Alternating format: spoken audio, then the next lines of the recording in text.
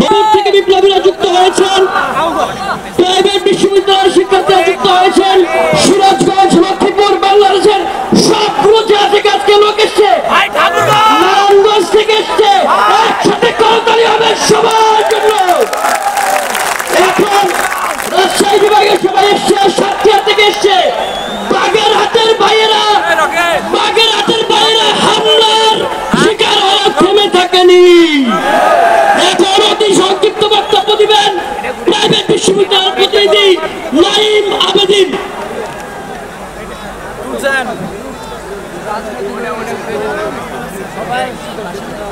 আসসালামু আলাইকুম। আমরা স্বাধীন, এই স্বাধীনতাই চেয়েছিলাম। যারা বলে এবার স্বাধীনতাই কি চেয়েছিলাম, আমরা এই স্বাধীনতাই চেয়েছিলাম। সংগ্রামী ভাই ও বন্ধুরা, এই বিপ্লবে, এই গণঅভ্যুত্থানে প্রত্যেকটি প্রতিষ্ঠানের যে কন্ট্রিবিউশন আমরা ইনশাআল্লাহ ঐক্যবদ্ধভাবে পাবলিক, প্রাইভেট, মাদ্রাসা, ন্যাশনাল, হিন্দু, মুসলিম, বৌদ্ধ, খ্রিস্টান সকলে একভাবে বাংলাদেশ গড়ে তুলব ইনশাআল্লাহ। আমরা এই এখান থেকে কোনোভাবে বিপদ যেতে দেব না। আমরা জাস্ট একটা কথাই মনে রাখবো, যদি কোন জাতি, কোন গোষ্ঠী এই বিপ্লবের পরের আকাঙ্ক্ষাকে দুমড়ে মুচড়ে দিতে চায়, তাদেরকে দুমড়ে মুচড়ে দিব ইনশাআল্লাহ। ইনকিলাব জিন্দাবাদ।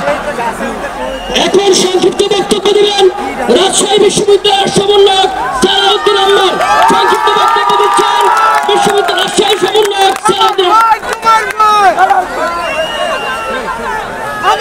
বিপ্লবী সহযোদ্ধারা, আপনারা জানেন এই মুহূর্তে দরকার বিজয়, বিচার এবং সংস্কার।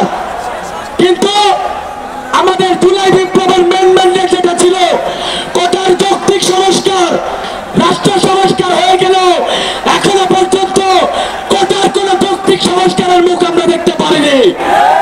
এখনো পর্যন্ত বিশ্ববিদ্যালয়গুলোতে প্রশ্ন করে নামক অযৌক্তিক কথাগুলো পুনর্বার আছে।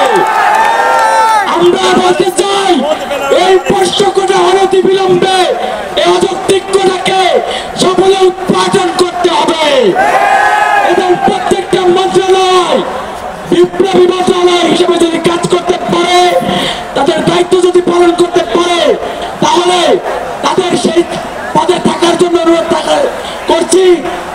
না হলে তারা পদত্যাগ করে বিপ্লবী একটি সরকার গঠন করুক। ইনকিলাব জিন্দাবাদ। অতি সংক্ষিপ্ত বক্তব্য দিবেন শাহজাহান বিজ্ঞান